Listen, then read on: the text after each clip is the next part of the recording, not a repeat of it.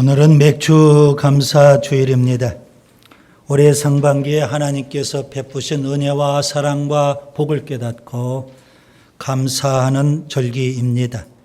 맥주 감사절은 상반기 감사, 추수 감사절은 1년 감사, 이렇게 여러분이 이해하시면 됩니다. 하나님은 이스라엘 백성에게 세 가지 감사 절기를 주셨습니다. 유월절, 맥주절, 초막절입니다. 유월절은 구원 베풀어 주신 것에 대해서 감사하는 절기입니다. 맥주절은 보리와 밀 추수한 것에 대한 감사의 절기입니다. 초막절, 모든 곡식과 과일과 열매를 저장하면서 감사하는 절기입니다. 이스라엘 백성의 3대 절기를 그들은 지키면서 감사를 훈련해야 됩니다. 1년에 3번만 감사절기를 지키면서 감사하는 것이 아니라요, 끊임없이 감사를 훈련해야 되는 겁니다. 원망과 불평을 훈련하지 않아도 누구든지 잘합니다. 그런데 감사는 훈련을 통해서만 감사할 수 있기 때문입니다. 그래서 끊임없이 감사를 훈련해야 되는데요, 매일 감사, 매주 감사, 월삭 감사, 분기 감사, 상반기 감사, 1년 감사, 평생 감사, 죽을 때도 감사. 감사를 끊임없이 훈련해야 됩니다. 데살로니가전서 5장 18절, 범사에 감사하라. 아주 유명한 말씀, 여러분도 잘 아시죠? 자, 어떻게 범사에 감사할 수 있을까요? 방금 말씀드린 대로 훈련을 통해서. 또 어떻게 우리가 감사해야 될까요? 또 다른 측면에서 이렇게 표현해 드립니다. 마음으로 감사, 그리고 입술로 감사, 온몸으로 감사, 그리고 또 물질로도 감사해야 되는 줄 믿습니다. 골로새서 3장 15절 이런 말씀이 있습니다. 너희는 평강을 위하여 한 몸으로 부르심을 받았나니 너희는 또한 감사하는 자가 되라. 누가 감사해야 될까요? 우리 각 개인이 감사해야 될 겁니다. 그러나 바울은 골로새서 3장 15절에서 공동체 전체가 감사하는 자가 되라고 말씀하는 겁니다. 너희는 평강을 위하여 한 몸으로 부르심을 받았다. 그래서 하나님께서 우리 비전 공동체를 보실 때 감사하는 자, 이렇게 보실 수 있어야 한다는 의미입니다. 하나님께서 우리 가정을 보실 때 감사하는 자, 하나님께서 우리 순 보실 때 감사하는 자, 하나님께서 우리 교회 공동체를 보실 때 감사하는 자가 되어야 합니다. 그렇다면 공동체 안에 한두 사람은 원망하고 불평한다면 하나님께서 우리 공동체를 보실 때 감사하는 자가 될 수는 없는 거 아니겠습니까? 그래서 우리 모두가 다 끊임없이 감사를 훈련해서 하나님이 보실 때 감사하는 자가 될 수 있기를 바랍니다. 구약 성경에 보면 하나님께서 이스라엘 백성에게 9가지 절기를 주셨거든요. 그 중에 제가 지금 3가지 감사 절기를 말씀을 드린 거예요. 9가지 절기는 뭘까요? 가장 대표적인 절기가 안식일에 지키는 안식일입니다. 오늘 신약시대에는 주일을 지키는 것, 이거 굉장히 중요한 절기입니다. 그 다음에 봄철에 지키는 3개의 절기가 있고 가을철에 지키는 3개의 절기가 있습니다. 봄철에 지키는 3개의 절기는 유월절, 그 다음에 여러분이 조금 잘 모르시는 초실절, 그리고 오늘 맥주절, 이 3개의 절기는 봄철에 지키는 절기입니다. 그리고 가을철에 지키는 절기 또 3가지가 있습니다.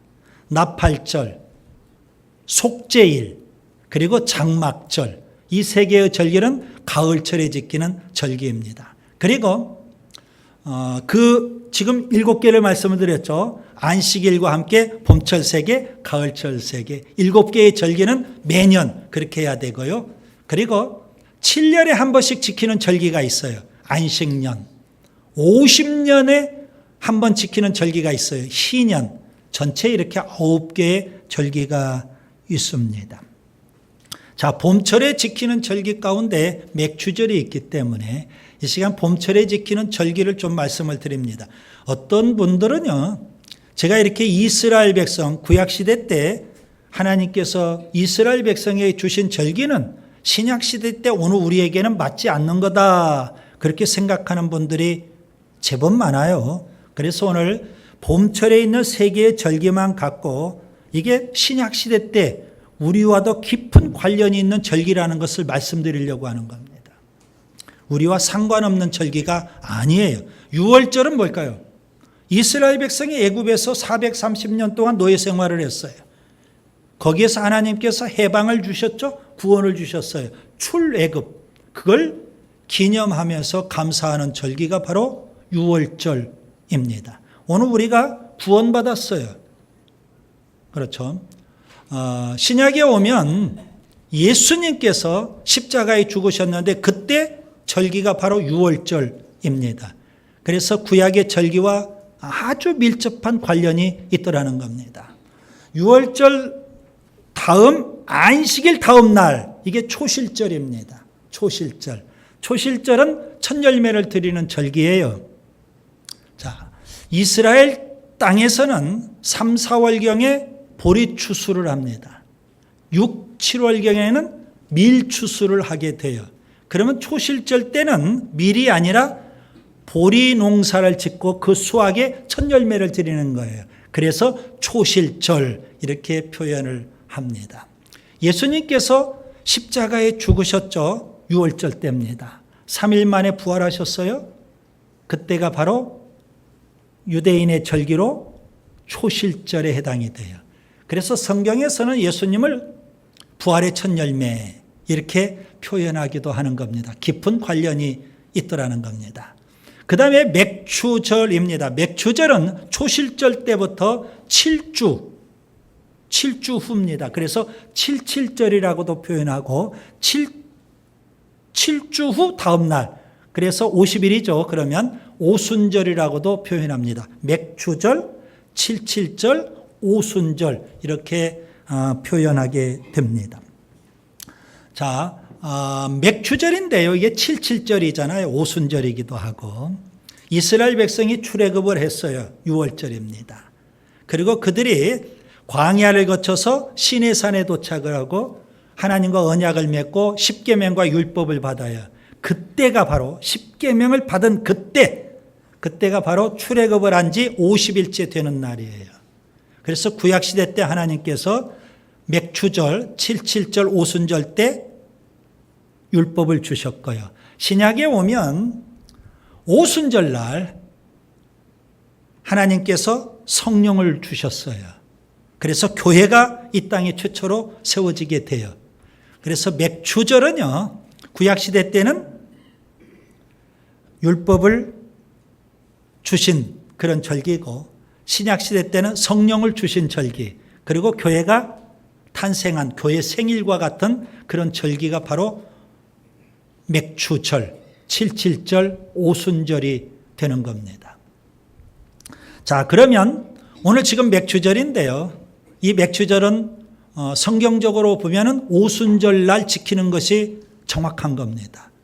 그런데 한국교회에서는 오순절 날 지키지 않고 매년 7월 첫째 주일 지키거든요.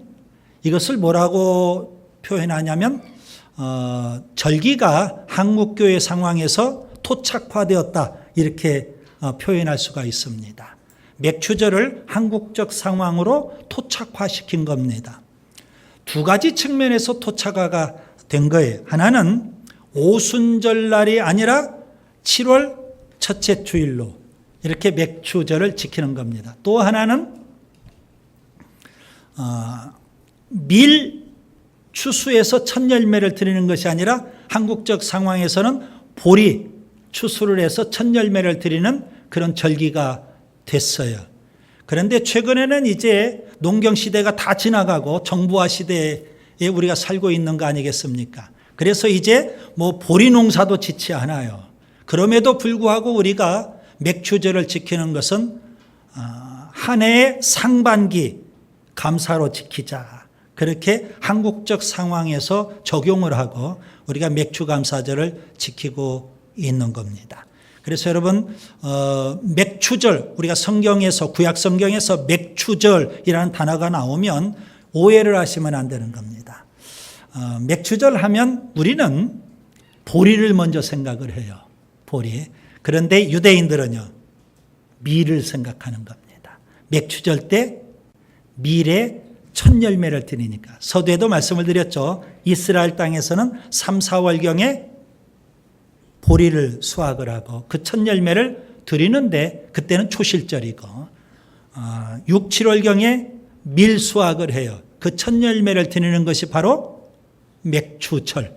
이렇게 여러분이 이해를 하시면 되겠습니다. 아무튼 우리가 오해를 좀 하면 안 되겠다. 왜 맥추절이 오순절이 아니고 7월 첫째 주냐. 그리고 왜 맥추절이 보리 첫 열매가 아니라 밀 첫 열매냐. 이런 거죠.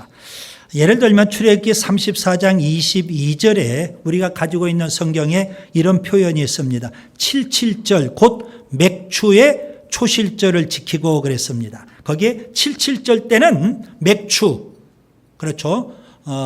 맥추, 추수를 해서 첫 열매로 드리라는 겁니다. 그것이 바로 77절이에요. 그러면 거기 맥추가 뭐냐 이거예요.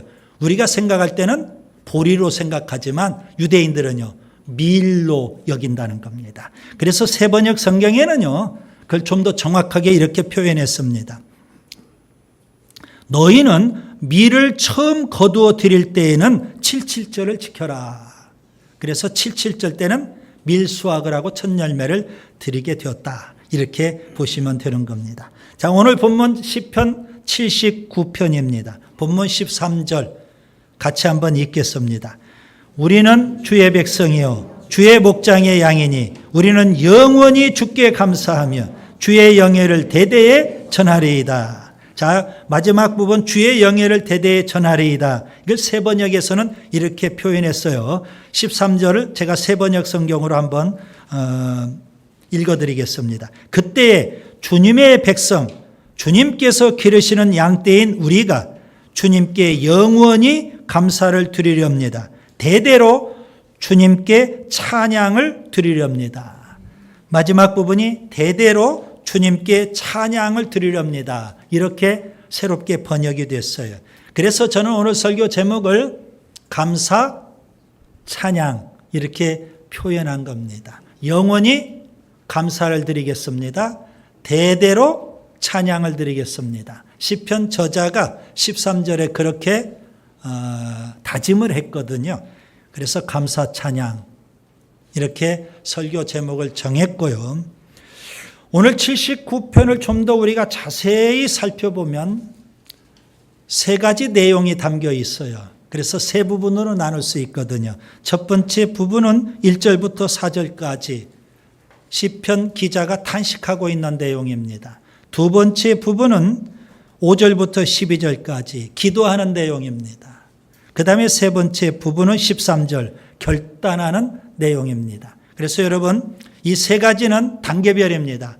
1단계는 탄식, 2단계는 기도, 3단계는 결단 이렇게 가는 겁니다. 신앙에 3단계가 있습니다. 예배당 안에도 탄식만 하는 사람이 있고요. 1단계입니다. 탄식을 넘어서 기도하는 사람이 있고요. 그게 2단계입니다. 3단계는요. 최고는 기도를 넘어서 결단, 서원, 헌신하는 단계가 있어요. 그게 바로 감사 찬송입니다. 그래서 여러분 결론적으로 여러분이 꼭 기억하셔야 될 건 뭘까요? 감사 찬송이 최고의 신앙입니다. 아멘. 감사 찬양이 최고의 신앙이고 하나님이 가장 기뻐하시는 예배는 감사 찬양.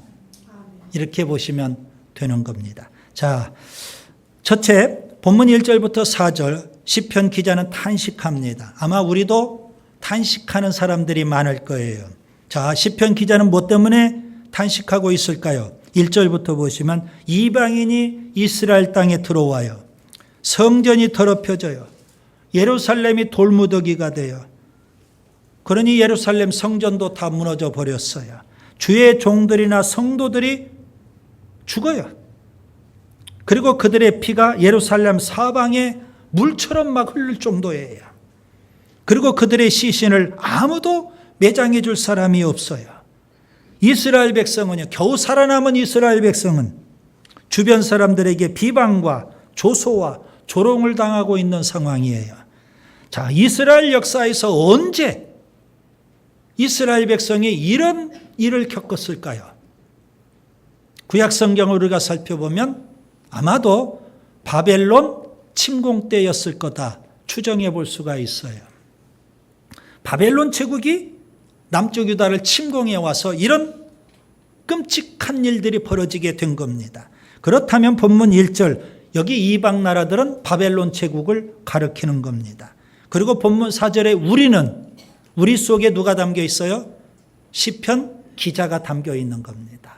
그는 바벨론 침공 때 수많은 주의 종들과 주의 백성이 다 죽어나가는데 겨우 살아남은 한 사람이었을 겁니다. 그래서 그가 지금 뭐 하고 있는 거예요? 그 처참한 상황을 보면서 탄식하고 있어요.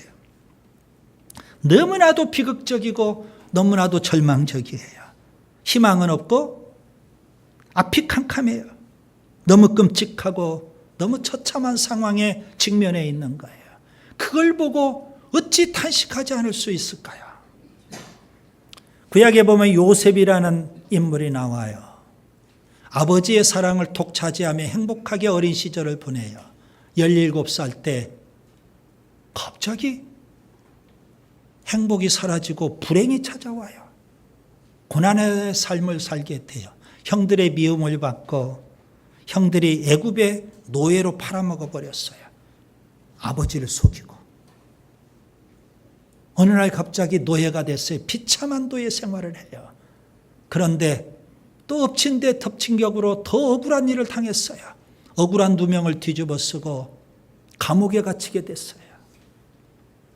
주인집 안주인이 성적으로 유혹하는데 그걸 거절했다는 그런 죄목이에요. 강간비수범으로. 그렇게 감옥에서 생활을 해야 돼요. 그런 세월이 13년이에요. 탄식할 수밖에 없는 그런 인생이었어요. 다윗을 보세요. 그는 이스라엘 나라가 위기에 빠졌을 때 분연히 일어나서 골리앗을 때려잡았어요. 이스라엘 나라를 구했어요. 영웅이에요. 그런데 사울왕이 그걸 시기해요. 사울은 다윗을 죽이려고 혈안이에요. 다윗은 여러 차례 죽을 고비를 넘겨요. 사울왕의 핍박을 피해서 도망을 다녀요. 광야에서 이리 피하고 저리 피하고 죽을 고비를 여러 번 넘겨요. 그는 살기 위해서 몸부림을 쳐요. 심지어는 이스라엘 지역을 넘어서 블레셋까지 찾아가요. 그곳에 가서 그는 살기 위해서 미친 짓을 해요. 침을 질질 흘리면서 미친 채를 할 정도 그렇게 살려고 몸부림을 쳐요. 그런 세월이 10년이 넘어요. 여러분.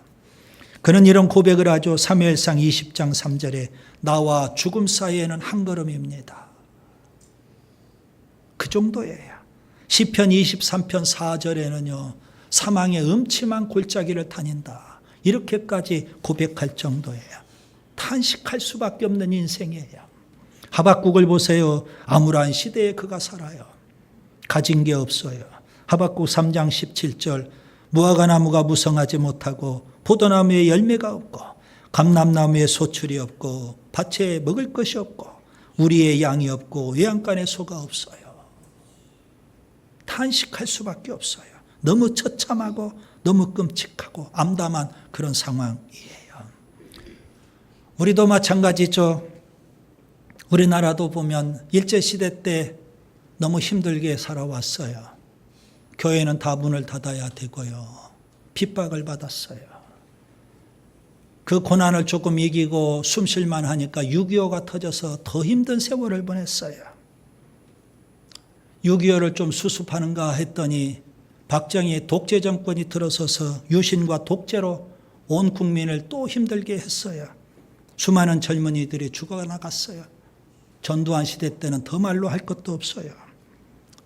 좀 숨 쉴만하고 살만하니까 IMF가 터져서 나라가 거덜날 지경이 돼버렸어요. 갈수록 힘들어요. 코로나 이후 다 힘들어요, 지금도. 그래서 사람들에게 물어보면 너무 힘들다는 거예요. 교인들에게 물어봐도 너무 힘들다는 거예요. 이제는 힘들다는 말이 입에 밴 듯해요. 너무 힘들어요. 너무 힘들어요. 앞을 내다보면 보이지 않고 세상을 보면 탄식할 수밖에 없어요.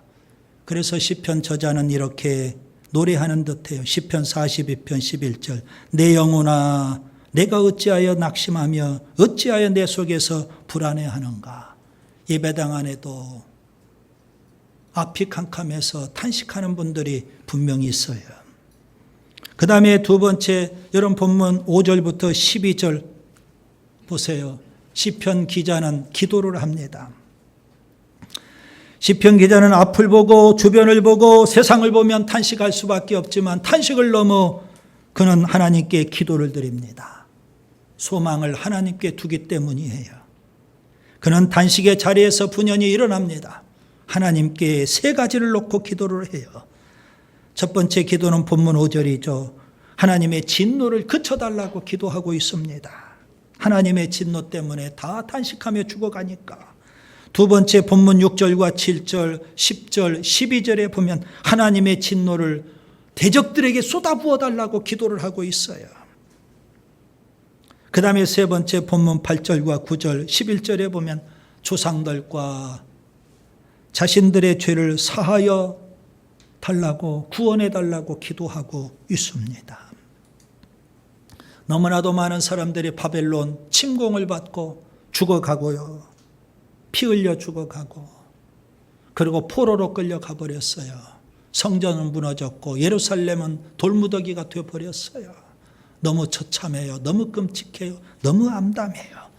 그런 처참한 상황 속에서 시편 기자는 하나님 앞에 기도를 드리고 있어요. 여러분 세상 사람과 다른 점이 바로 이겁니다. 세상 사람들은요, 제가 보기에 절망적인 상황에 처하게 되면 너무 쉽게 절망해 버리더라고요.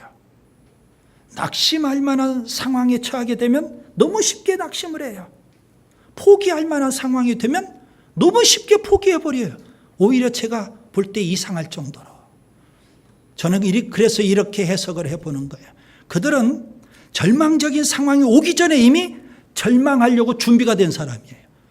낙심할 만한 상황이 되기도 전에 이미 낙심하려고 준비를 한 사람이에요. 포기할 만한 상황 되기도 전에 이미 포기하려고 준비된 사람과 같아요. 그래서 너무 쉽게 낭망하고 너무 쉽게 절망하고 너무 쉽게 포기를 해버리더라는 거예요. 그러나 하나님을 믿는 사람이라면 달라야 되잖아요.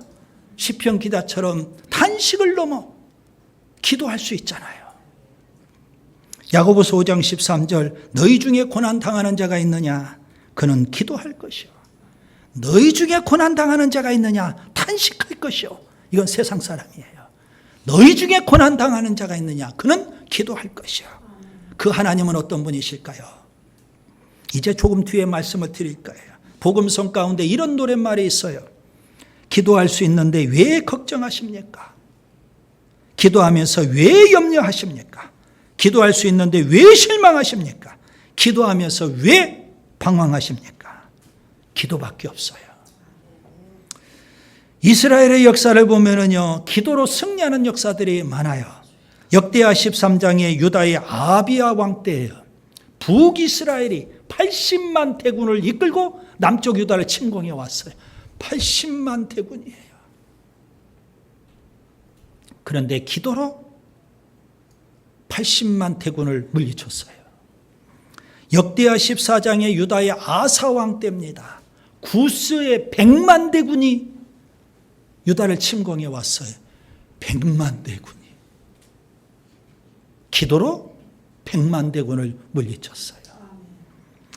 역대하 32장의 유다의 히스기야 왕 때 아수르 제국에 18만 5천 대군이 침공해 왔어요. 18만 5천, 그것도 초강군이에요. 기도로 18만 5천 초강군을 물리쳤어요. 기도밖에 없어요. 우리의 무기는 기도예요. 우리의 무기는 단식이 아니라 단식을 넘어 기도라고요. 하나님은 살아계셔요. 아멘. 하나님은 전능하신 줄 믿습니다. 여러분 스스로에게 말할 수 있어야 돼요. 기도할 수 있는데 왜 걱정하느냐? 기도하면서 왜 염려하느냐? 기도할 수 있는데 왜 실망하느냐? 기도하면서 왜 방황하느냐? 여러분이 여러분 스스로에게 책망해야 돼요. 우리에게는 기도할 수 있는 무기가 있거든요. 셋째, 시편 기자는 결단합니다. 본문 13절을 보겠습니다. 그는 단식만 하지 않습니다. 단식을 넘어 기도하고요. 기도를 넘어 그는 결단합니다. 하나님께 서원합니다. 뭐라고 서원할까요? 감사 찬송을 드리겠다고 결단하고 서원하는 겁니다. 하나님께 영원히 감사하겠습니다. 하나님께 대대로 찬양하겠습니다. 그렇게 결단하고요. 그렇게 서원하고 있는 겁니다. 여러분 누가 그렇게 하나님께 영원히 감사하고 대대로 찬양할 수 있을까요? 오늘 본문 13절 우리입니다. 그 우리는요 1차적으로 서두에도 말씀드린 대로 시편 기자를 가리키는 거예요. 바벨론 침공 때 많은 주의 종들과 주의 백성이 죽어나갔지만 시편 기자는 겨우 살았어요. 너무 참담하고 처참한 그런 상황을 보고 있잖아요. 탄식을 해요. 기도를 해요. 그리고 그가 결단하는 겁니다. 우리 속에 시편 기자가 담겨 있거든요. 영원히 하나님을 찬양할 겁니다. 대대로 하나님께 감사를 드릴 겁니다. 그렇게 다짐하고 결단하고 서원하고 있는 거예요. 이 우리 속에는 또 누가 들어가 있을까요? 오늘 시편 79편을 펴놓고 있는 우리 모두예요.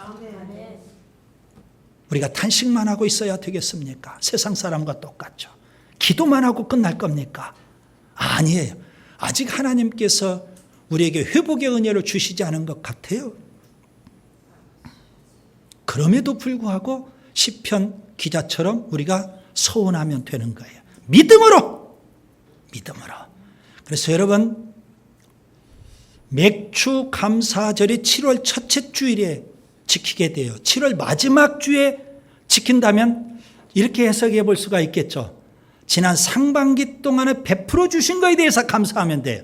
그런데 7월 첫째 주니까 이게 오묘한 거예요. 지난 상반기 동안에 베풀어 주신 것 감사할 뿐 아니라 하반기도에 하나님이 또 베풀어 주실 줄 믿고 감사하는 거예요. 역으로 지난 상반기 동안에 아무것도 하나님이 베풀어 주신 게 없는 듯해요. 그럼에도 불구하고 7월 첫째 주거든요. 하반기 때는 다를 거야. 그래서 믿음으로 감사를 선포하는 거예요. 아멘. 이게 중요한 겁니다. 구약 성경에 보면 공동체 전체가 감사 찬양하는 것이 아니라 공동체 전체가 원망 불평하는 그런 경우가 있어요. 대표적인 사례가 광야의 이스라엘 백성이에요. 그들은 출애굽을 경험했어요. 어마어마한 기적이죠. 애굽의 10가지 재앙, 10번째 재앙은 각 집이 다 초상집이 되는 장자 죽음의 재앙을 통해서 구원받았거든요. 홍해의 기적을 체험했어요. 날마다 하나님의 구름기둥, 불기둥으로 인도해 주셔요. 반석에서 생수를 먹게 해 주셔요. 만나와 메추라기를 먹게 해 주셔요. 그리고 40년 광야 생활을 하면서 옷이 헤어지질 않아요. 신발이 닳지 않도록 그렇게 하나님이 은혜와 복을 베풀어 주셨어요. 그런데도 불구하고 그들은요, 눈만 뜨면 탄식이고 입만 열면 원망이고 발걸음을 떼기만 하면 그들은 불평이에요. 물론 광야 생활이니까 그럴 수 있겠죠. 광야니까 탄식도 나올 거고 짜증도 나고 원망도 할 수 있고 불평도 할 수 있어요. 그런데 생각을 좀 달리하면 감사 찬양이 나올 수 있거든요. 날마다 그들은요 기적의 연속이에요. 하나님이 베풀어 주신 은혜가 너무 엄청나요. 광야 생활 속에서도. 그러니 감사 찬송할 수 있잖아요. 교도소에서 복역하는 죄수와 기도원에서 갇혀 사는 일종의 수도사, 여러분 한번 비교를 해보세요. 둘 다 갇혀 있어요. 교도소에 갇혀 있는 죄수나 혹은 기도원이든 수도원에 갇혀 있는 수도사나 둘 다 갇혀 있어요. 그런데 차이점은 뭘까요? 죄수는 입만 열면 원망이고 남 탓이에요. 수도사는요, 입만 열면 감사하고 찬송이에요. 날마다. 갇혀 있지만 그것이 천국이 될 수도 있고 지옥이 될 수도 있는 거예요. 디모데후서 3장 2절 말세의 징조를 바울이 말합니다. 그 중에 하나가 뭘까요? 감사하지 않는다는 겁니다.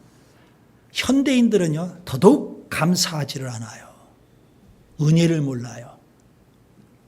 로마서 1장 21절에 타락한 우리 인생의 중요한 특징 가운데 하나를 바울이 말해줬어요. 감사할 줄 모른다는 겁니다.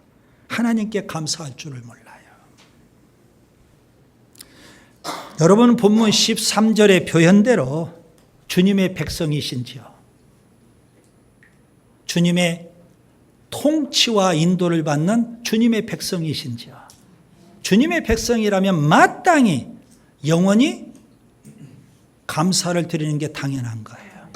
오늘 본문 13절 표현대로 여러분은 하나님의 목장의 양이신지요. 선하신 목자이신 하나님의 인도를 받는 양이시냐고요. 하나님의 양이라면 마땅히 대대로 찬양을 드려야 맞을 거예요. 여러분, 우리가 하나님의 백성이에요. 아멘. 하나님의 양이라고요. 그 하나님은 어떤 분이실까요? 만왕의 왕 되신 하나님. 그러니 우리가 하나님의 백성이죠. 전능하신 하나님. 우리는 하나님의 양이에요. 그럼 그 하나님은 어떤 분이실까요? 선하신 목자예요. 전능하신 하나님, 선하신 목자 되시는 하나님, 그분의 통치를 받고 그분의 인도를 받아요. 우리는 하나님의 백성이고 하나님의 양이라고요. 그렇다면 당연히 마땅히 여러분 이 시간 결단해 보세요. 영원히 하나님께 감사하겠습니다. 대대로 하나님을 찬양하겠습니다. 이제 말씀을 정리합니다.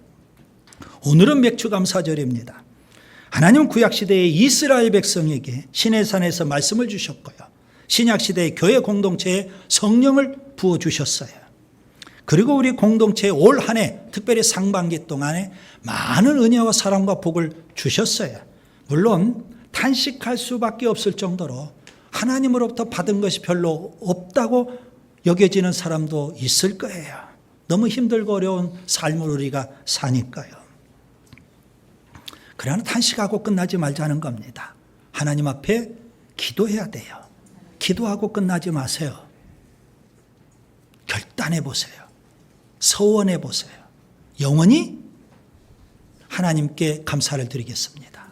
대대로 하나님께 찬양을 드리겠습니다. 하나님이 그냥 계시겠냐고요. 하반기는 달라질 거예요. 아멘. 기도합니다.